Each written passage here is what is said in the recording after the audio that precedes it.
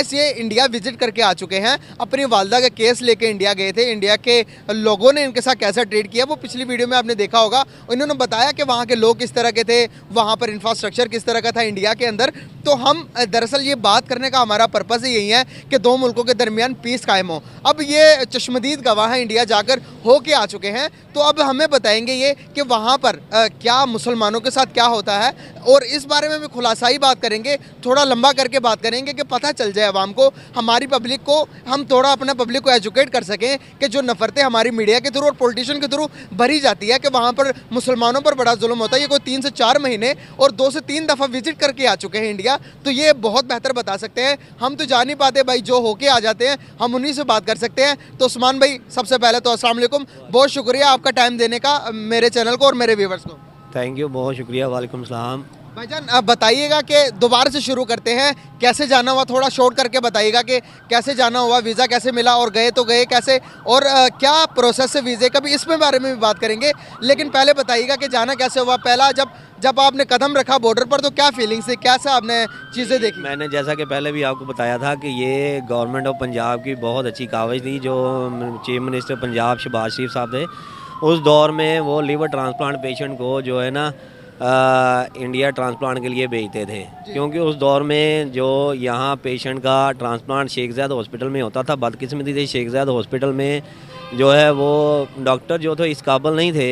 मैंने जो अपनी आंखों से देखा वो तो डोनर को भी जो है ना उन्होंने एक्सपायर किया। अच्छा, तो पाकिस्तान में शेख ज़ायद हॉस्पिटल में तो डोनर के भी वहाँ डेथ हुई। और उसके बाद जो है ना यहाँ शेख ज़ायद हॉस्पिटल में जो मेडिकल बोर्ड बनता था, हमारी जो एप्लीकेशन थी वो तवसत जो है राजा इशफाक सरवर मरहूम साहब हैं, अल्लाह ताला उनके दर्जात बुलंद फरमाए, नेक इंसान थे। उनके तवसत से राजा जो यासत थे उनके दामाद मेरे बहुत से, उन्होंने जो है मेरे वालदा का केस रेफरेंड किया था। लेकिन अच्छा मैं कट कर रहा हूँ, सॉरी। यहाँ पर कैसे पता चला कि भाई ये इलाज तो इंडिया में ही होगा, किसने बताया आपको? पाकिस्तान के सारे डॉक्टर फेल हो गए कि किडनी ट्रांसप्लांट पाकिस्तान में किसी से नहीं हो रही थी? किसने बताया? जब बताया तो आपको लगा कि वीज़ा मिल जाएगा? ये नहीं, ये थोड़ा सा मैं आपको ये भी तफसील में बताता हूँ कि मेरी वालदा का 2010 में हेपेटाइटिस सी डायग्नोज हो गया था।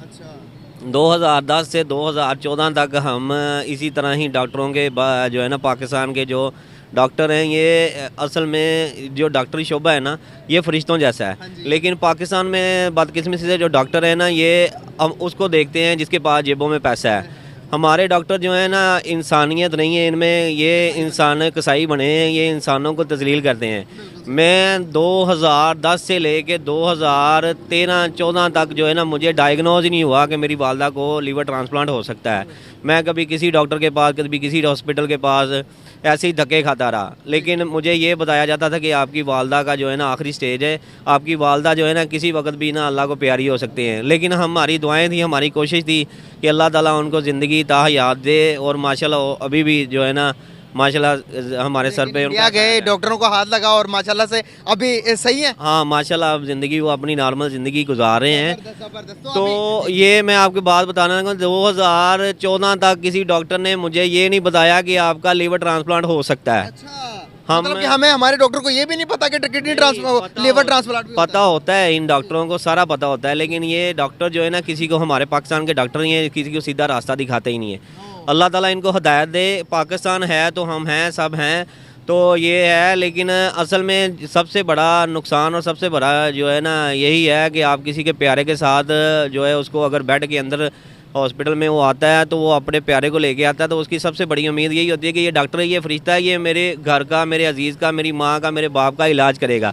लेकिन वो इलाज करने की बजाय उसको जो है ना अपनी नाहली से जो है वो उसको एक्सपायर करवा देता है। एक्सपायर तो अल्लाह ताला, मौत और ज़िंदगी अल्लाह ताला के हाथ में, लेकिन ये डॉक्टर जो है ना ये प्रॉपर जो है ना उसका इलाज नहीं करते। जैसे कि मुझे 2014 में तवसत जो उस वक़्त के डॉक्टर अदनान थे DMS, उन्होंने ड्यूटी लगाई, वो भी तवसत जो है ना हेल्थ डिपार्टमेंट की तरफ से अप्रोच हुई। जिस तरह भी है उन्होंने मैनेज किया, हुआ सिफारिश से। जिस तरह भी अल्लाह ताला ने एक जहन में बात खोलनी थी कि इतने सालों से हम जलील हो रहे थे। जब भी मेरी वालदा जो है हेपेटाइटिस सी की वजह से बेहोशी में, नीम बेहोशी में जाते थे, तो हम हॉस्पिटल में लेके जाना तो डॉक्टरों ने यही कहना कि ये अब आखिरी उम्मीद है, आप दुआ करें, ये अब जो है ना किसी टाइम भी एक्सपायर हो सकते हैं। लेकिन अल्लाह ताला की तरफ से उनकी ज़िंदगी थी, हमारी दुआएं थी, और हमें जो है उनको ज़िंदगी अल्लाह ताला ने दी हुई थी, सेहत मिलनी थी।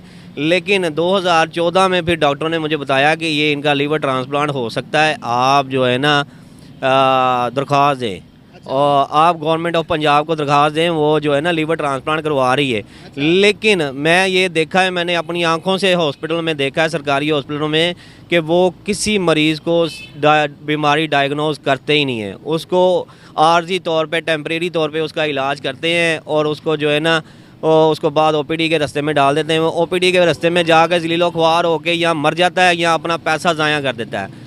तो कहने का मकसद ये है कि अगर देखें एक इतना लंबा सफ़र हेपेटाइटिस सी का मरीज़ अगर गुजारता है, सबसे ज़्यादा पेशेंट हेपेटाइटिस सी के हैं, गंदा पानी पीने की वजह से, गंदा खाने की वजह से, और ना इतना अवेयरनेस है लोगों को कि हेपेटाइटिस सी के बाद जो है ना आपने उसका इलाज कैसे करना है और उसका जो है आपने उससे बचना कैसे है। लेकिन यहाँ अगर आप किसी प्रोसेस ये है, फिर अब हम जब हमें पता चल गया कि आपने जो है ना लीवर ट्रांसप्लांट होना है, तो मैंने फिर जो है उसके लिए चीफ मिनिस्टर शहबाज शरीफ साहब के दरख्वास्त CM जमा करवाई। उसका मेडिकल बोर्ड बना शेख ज़ायद में।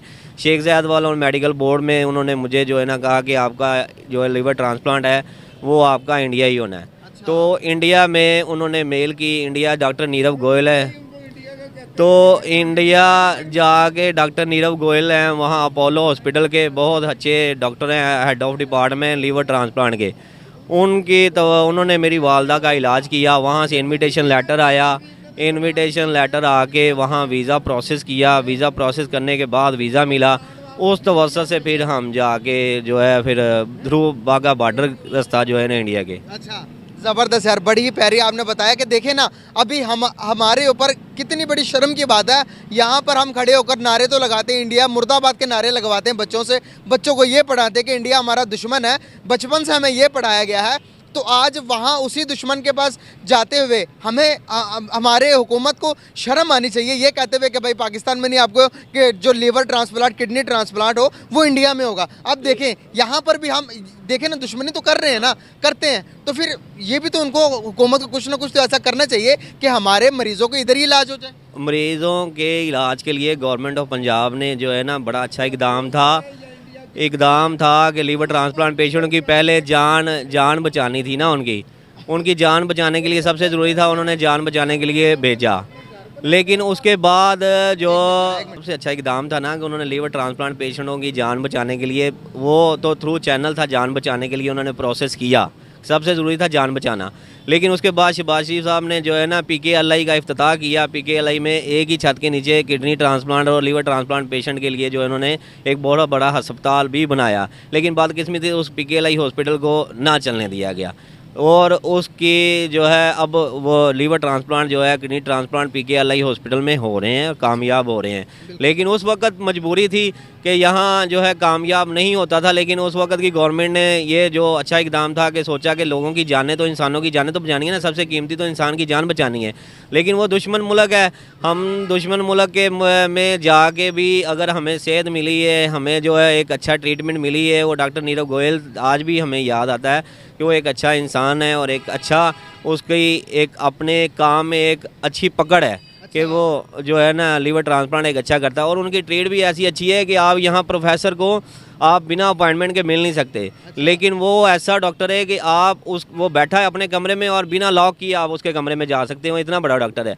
यही बात आप यहाँ आके सोचते हैं कि यार यहाँ के डॉक्टर एक प्रोफेसर है, आप यहाँ से एक प्रोफेसर हमारे पास से गुजरा होता है, वो हमें देखता भी नहीं है। और अगर वो अपने कमरे में बैठ गया तो यहाँ PA और उसका जो है स्टाफ जो है वो आपको उसके कमरे तक जाने नहीं देता। लेकिन वो एक इतना बड़ा डॉक्टर है और उस डॉक्टर के कमरे में आप वो अकेला बैठा है या जैसे भी बैठा है, आप उसको जैसे मर्जी आप मिल सकते हैं, आप उसके पेशेंट है। लेकिन यहाँ उनको देख के ये अफसोस होता है कि यार उनका रवैया देख के और यहाँ का रवैया देख के ना फिर बड़ा दिल दुखता है कि यार हम बहैसियत मुसलमान हैं, हमें हमारा दीन ये सिखाता है कि हम जो है ना इस्लाह करें और अपने सब मुसलमान भाइयों से प्यार मोहब्बत इंसानियत से प्यार करें।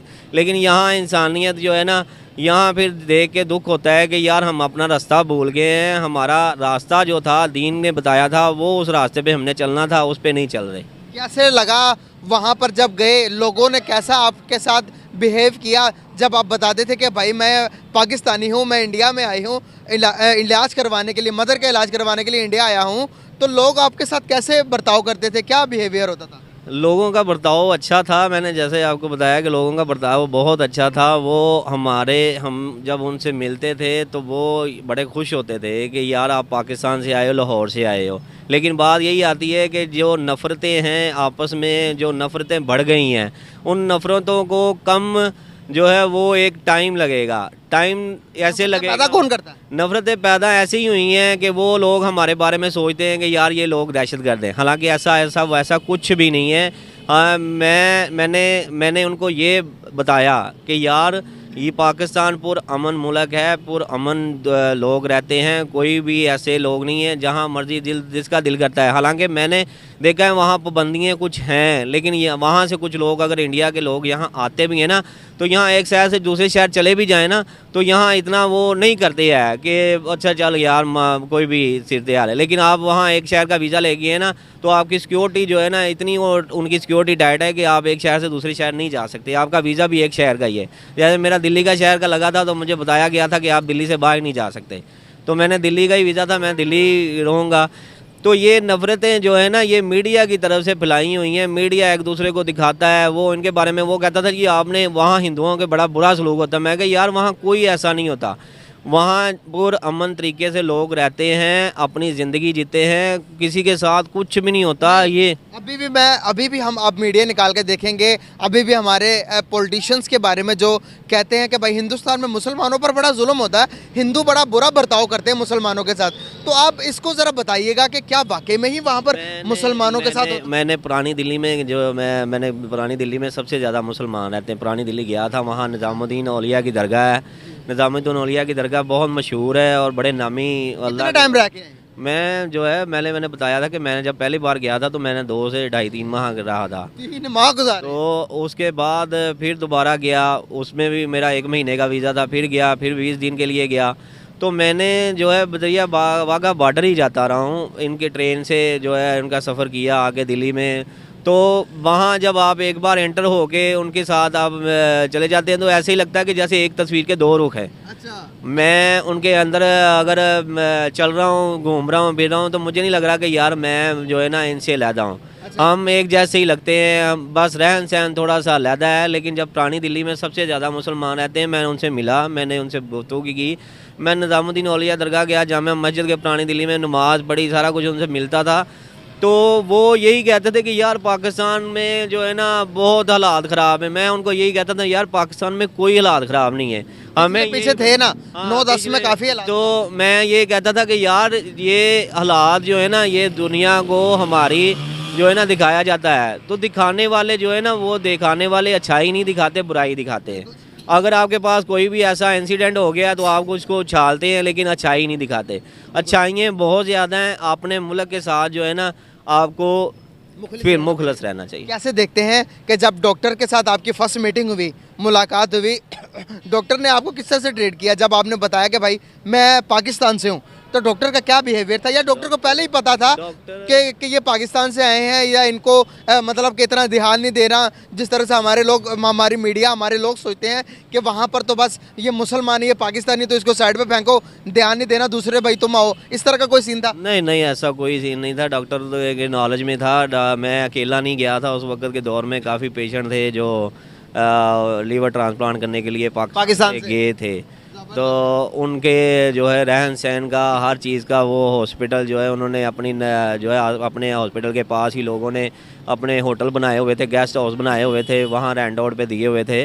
तो वो लोग वहाँ जो है हिंदू थे, जो उन्होंने होटल बना के रखे हुए थे, लेकिन उन्होंने साथ में अपने मुसलमानों मुलाजमों को भी मुसलमान रखा हुआ था। तो वो उनके साथ जो है वो बिल्कुल हमारा बर्ताव जो है, उनका बर्ताव बिल्कुल ऐसे था जैसे हम एक दूसरे के साथ बड़े अज़लों से ज़मानों से मिलते आए हैं, और कभी भी ऐसा नहीं लगा था कि हम किसी दूसरे मुल्क में आए हुए हैं। तो क्या पैगाम देंगे हमारे व्यूवर्स को, हमारे लोगों को, हमारे जो यहाँ पर मीडिया है, पॉलिटिशियन को क्या पैगाम देंगे कि जो यहाँ से कहते हैं कि भाई वहाँ पर तो बड़ा जुल्म है, जो नफरतों का व्यापार करते हैं? हमारे आप सरकार सल्लल्लाहु अलैहि वसल्लम ने फरमाया है कि आपका हमसाया अच्छा होना चाहिए। आपका हमसाया और आपका बर्ताव जो है ना हमसाये का साथ अच्छा होना चाहिए। इसका जवाबदेह होना चाहिए। अगर हमारा हमसाया हमारे साथ अच्छा नहीं है, लेकिन हम अच्छे बनेंगे, वो अच्छे बनेंगे तो फिर ही बात आगे बढ़ेगी।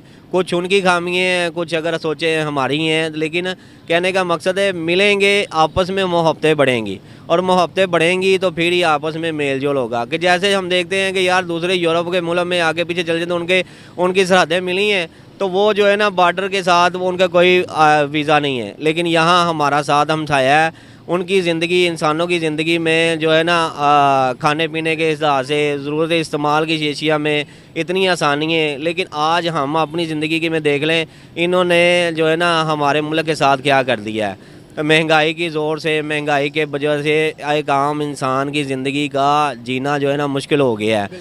वहाँ आटा अगर 30 रुपये किलो है, यहाँ आटा 135 रुपये किलो हो गया है। वहाँ अगर आयल 110 रुपये की लीटर की बोतल है तो यहाँ आयल देख ले कहाँ चला गया। लेकिन एक दिहाड़ीदार मज़दूर है जो रोज़ 1000 रुपये कमाने वाला है, वो 1 लीटर आयल लेगा, सब्ज़ी लेगा, तो वो इस रियासत के बारे में सोचेगा। रियासत में जो ऊपर लोग बैठे हैं उनको चाहिए कि आपस में मेल जोल करके एक राहदारी बनाएं, मोहब्बत बढ़ाएं, जिससे उनको भी फ़ायदा हो और हमें भी फ़ायदा हो। बिल्कुल सही हो गया। कैसे देखते हैं आपने एक कभी कोई वाकया हुआ आपको, कभी कोई किसी ने मतलब कि चोरी चकारी आपने कहीं इधर इर्द गिर्द कहीं देखी हो? क्या इस तरह का कोई सीन यहाँ पर जिस तरह होता है कि क्राइम रेट बहुत बढ़ गए, वहाँ पर आपने देखे? क्राइम वहाँ जो है, क्राइम मैंने तो नहीं देखा, लेकिन मैंने जो मेरे साथ जो वक़ूआ हुआ था वो ये हुआ था कि मैं जब 30 दिसंबर 2015 को वापस आ रहा था, उस वक़्त मेरे साथ जो नेहरू प्लेस पे एक इंसिडेंट हुआ था। इंसिडेंट ये हुआ था कि मुझसे मेरे साथ सजावल अरसलान खान था, वो अपने वालिद साहब का इलाज करवाने गया हुआ था। उनके वालिद को कैंसर था लीवर का, वो मेरे साथ था। हम शॉपिंग करने के लिए गए थे, रात का कोई टाइम था 12 बजे का, तो मैं वापस अपने रूम की तरफ जा रहा था तो मुझसे ना मोबाइल छीन के ले गए। किस तरह से मोबाइल छीना? मेरा न्यू दिल्ली नेहरू प्लेस था, वहाँ मुझे ना मेरा मोबाइल ना बाइक्स पे 2 लोग आए, उन्होंने मुझसे ना मोबाइल छीन लिया। मोबाइल छीन के चले गए। अब वो मेरे साथ, मेरा तो मोबाइल नहीं था, मेरे साथ जो मेरा दोस्त था जो मेरे साथ उसका रहन सहन हुआ था पाकिस्तानी, उसको मैंने कहा यार अपना मोबाइल दो। उसने अपना मोबाइल दिया तो मैंने उससे पूछा कि यहाँ कॉल जो है आप पुलिस को बुलाने के लिए कैसे चलाएंगे? उसने कहा यार मुल्क दूसरा है, आप यहाँ कोई ऐसे वैसे काम में ना फंस जाना, मामला में 100 मामला। मैंने कहा यार अगर हक सच पे होता है ना, वो डरता नहीं है। आप अपने रास्ता आपका सीधा है, आप हक पे हो, सच पे हो, तो आप क्यों डरोगे?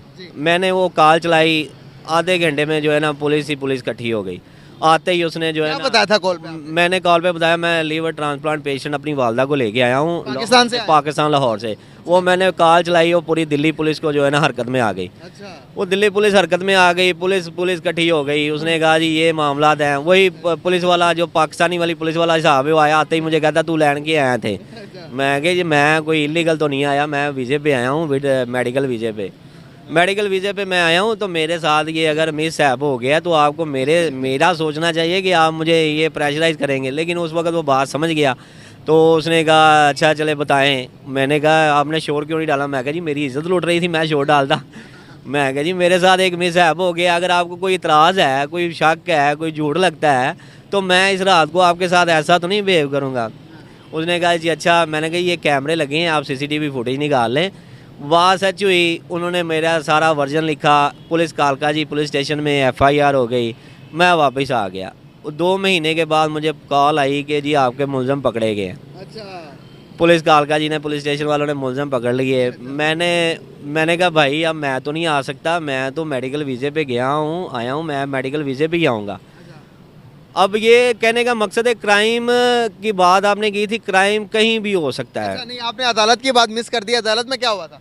अदालत में जब मैं अपने दोबारा मेडिकल वीज़े पे गया तो मैंने वहाँ जाके ना पर्सनल स्पुर्दारी के लिए ना वहाँ मोबाइल मिल गया। अच्छा। उसकी पर्सनल ये बहुत बड़ी बात है, यहाँ पर गुम हो जाए मोबाइल नहीं मिलते। हमारी कुलीग का मोबाइल भी बड़ा वो, मैं तो हैरान हूँ कि मेरी कुलीग का मोबाइल भी गुमा, लेकिन वो उसी टाइम मिल गया था। लेकिन बड़ी बात यह है कि महीने बाद भी रिकवर हो गया। लेकिन क्या यहाँ पर इतनी जल्दी रिकवर हो जाता हमारे मुल्क में? नहीं, यहाँ भी मोबाइल रिकवर हो जाते हैं अगर ऑन हो। लेकिन वो जो है ना, मैं तो जाहिर बात है दूसरे मुल्क का था, तो उनके लिए ये टास्क था। उन्होंने मेरे मुलज़म पकड़ लिए, उनको जो है ना फिर कैफरे करदार तक भी जो है ना उनको जेलों में डाल दिया। जो भी था उनका एक प्रोसेस था, लेकिन मैं जब सपुर्दारी पर्सनल सपुर्दारी पे गया, मैंने दरख्वास्त दी, तो वो जज साहब थे, उन्होंने ना मुझे जब डेट हेयरिंग थी, उस डेट हेयरिंग से ना मुझे कहा कि आपने 2 बजे आना है। आईओ ये स्टोरी बड़ी इंटरेस्टिंग है, ये जरूर सुनिएगा आप। अच्छा। आईओ को जो है वो आईओ ने मुझे फ़ोन किया। आईओ ने कहा कि जी आपने कोर्ट में 2 बजे आना है। मैंने कहा यार कोर्ट का टाइम तो चले, मैं ठीक है। मैं अपोलो हॉस्पिटल से निकला, मैंने वालदा को वहाँ डॉक्टर के पास जो है ना चेकअप के लिए बिठा दिया। मैं कहा चले चेकअप होगा, मैं उतनी देर में कोर्ट में हो आता हूँ। मैं कोर्ट में गया 2 बजे, तो मुझसे पहले एक केस हेयरिंग हो रहा था, बाकी केस ख़त्म हो गए थे। तो वो उनकी पिक्स भी हैं वहाँ। आजकल जो है ना यहाँ वकला को तकसीम करने के लिए कुछ इशू चल रहे हैं, लेकिन यहाँ लाहौर में लाहौर को में वकला को तकसीम करने के लिए अदालतों को तकसीम कर दिया गया। वहाँ मैंने जब जुडिशल उनका कम्प्लेक्स देखा, वो एक ही छत के नीचे मुझे शेर से लेके जो है ना सेशन जज तक बैठा है। तो लायर ब्लॉक का एक अच्छा वसी जो है लायर ब्लॉक उन्होंने बनाया हुआ है, जिसमें वसी तरह वकला के चैम्बर हैं और बड़े अच्छे हैं। आगे बढ़ते हैं। कोर्ट में जब मैं इंटर हुआ, कोर्ट में केस था मुझसे पहले एक हेयरिंग पे, वो ख़त्म हुआ तो मुझे जो है ना बुला लिया गया। कोर्ट में बुलाने के बाद जज साहब ने जो है ना कहा जी आए जी, आपका बड़े अरसे से इंतज़ार हो रहा था कि मेरे पास भी किसी पाकिस्तानी का केस लग गया। मैं कहा जी, कहना जी बदकिस्मती से ये वकूआ तो कहीं भी हो सकता है, पाकिस्तान में भी होते होंगे, किसी दुनिया में हो गया, लेकिन सबसे बड़ी बात है कि आपका मोबाइल जो है ना रिकवर हो गया। मैं कहा जी ये तो बात इनकी अच्छी है कि मोबाइल रिकवर हो गया, तो मैं उसी के लिए आया हूँ। कहता जी चलें ये तो साइड पे, आप मुझे ना कुछ सवालों के जवाब दें।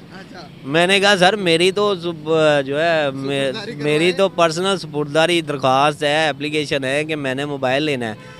उन्होंने कहा ये इशू तो आप चले जो है वो तो एक है इशू है, मोबाइल आपको मिल गया, अब आगे बताएं। मिल गया आगे। मैंने कहा अच्छा सर। कहता जी मुझे बताएं कि पाकिस्तान के बारे में मैं कुछ सवाल पूछना चाहता हूँ। मैं कहा सर पाकिस्तान के बारे में 100 बिस्मिल्लाह, मैं ज़रूर बताऊँगा जी, मैं उनका शहरी हूँ। तो उन्होंने मुझे सबसे पहले पूछा कि हाफिज़ सईद कौन है। मैंने कहा भाई मैं तो मेरे मूसा का बेटा। मैं कहा जी मैं तो नहीं हाफिज़ सईद साहब को जानता, वो होंगे मामला देने। कहता जी नहीं जी आप बताएं। मैं कहा जी मुझे नहीं पता। अच्छा फिर उसके बाद उन्होंने कहा कि ये बताएं कि जो है वो हाफिज़ सईद वहाँ आज़ाद फिरता है। मैंने कहा सर मुझे क्या पता हो गया आज़ाद फिरता है, लेकिन ये इतना पता है कि वहाँ उन पर पाबंदियाँ हैं। मुझे नहीं पता यार, हमने कभी नहीं देखा। मैंने देखा नहीं। मैं कहा जी वहाँ उनके पाबंदियाँ हैं, ये मुझे पता है। फिर कहता जी वहाँ असला जो है ना सरेआम बिकता है। मैं कहा जी कोई ऐसी बात नहीं है वो वहाँ सरेआम बिकता हो। मैं कहा एक कानून है, एक कानून है, कानूनी अदारी है, कानून की बालादस्ती है, कानून के दायरे में सारा रखते हैं। मैंने तो अपनी ज़िंदगी में लाहौर में कहीं नहीं देखा कि जो है ना असला सरेआम बिकता हो। कहते ही नहीं जी वो आप जो है ना वो आतंकवाद कहते हैं, वो आतंकवादों को आप जो है ना वो ट्रेनिंग देते हैं। मैं कहा जी कोई ऐसी बात नहीं है, वो एक रियासत है, अपने मुल्क के तहफ़्फ़ुज़ के लिए सारी काम करती है। और मैंने वहाँ कहने का मकसद ये है कि जज साहब जज साहब ने सवाल इसलिए किए कि यार कहते हैं मैं खुद कश्मीर का रहने वाला हूँ, मैंने आपसे सवाल इसलिए किए हैं कि हमें पाकिस्तान के बारे में ये बताया जाता है। मैंने उनको कहा कि सर देखिए आप इतनी बड़ी सीट पे बैठे हैं, अगर आपका माइंड ऐसा है तो जो नीचे लोग हैं उनका माइंड कैसा होगा। कहते यार मैंने सवाल इसलिए किए हैं कि हमें पाकिस्तान के बारे में ये बताया जाता है। मैं कहा जी पाकिस्तान पुरअमन मुल्क है, वहाँ कोई ऐसी कोई चीज़ें नहीं है कि आप जो है सोचते हो कि आपकी सोच मैं बदलने की कोशिश तो कर रहा हूँ। तो मैं ये पाकिस्तान के बारे में आपको इसलिए बता रहा हूँ कि पाकिस्तान में मैं रहता हूँ लाहौर शहर में, और मैंने आपको ये बताया कि वो एक पुरअमन मुल्क है, वहाँ कोई ऐसे काम नहीं होते। और ये देखे ये मीडिया है, मैं जहाँ जब से आया हूँ इंडिया मैंने देखा है कि पाकिस्तान इंडिया मीडिया जो है पाकिस्तान के बारे में जो है ना वो बताई जा रहा है, बुराई बताई जा रहा है, कोई अच्छाई नहीं बता रहा। तो कहने का मकसद है अगर आप बुराई बताएंगे, अच्छाई नहीं दिखाएंगे, तो फिर लोगों का एक माइंडसेट तो बन जाएगा। कहते यार बड़ी अजीब बात है, मैं तो बड़ा जो है सुन के आप इम्प्रेस हुआ हूँ। मैंने उनको जो है आधा घंटा ऐसे सवालों पे उनको जवाब दिए, और मैंने उनको कायल किया कि मैं क्या पाकिस्तान पुरअमन मुल्क है, कोई ऐसे नहीं है, वहाँ जो है अपने हक के लिए हर एक बंदा आवाज़ उठा सकता है। वो मान गए। अच्छा वो अपनी सीट पे वापस चले गए। जो पुलिस मुलाजम थे, कोर्ट मुलाजम थे, वो भी बड़े सुन के हुए कि यार वाकई मैं कहा जी बिल्कुल ऐसा ही है, पाकिस्तान बड़ा जो है अच्छा मुल्क। बिल्कुल हमारा देश है, हमारा मुल्क है भाई, हमें हमारे इसके लिए इस मुल्क के लिए जाने भी कुर्बान।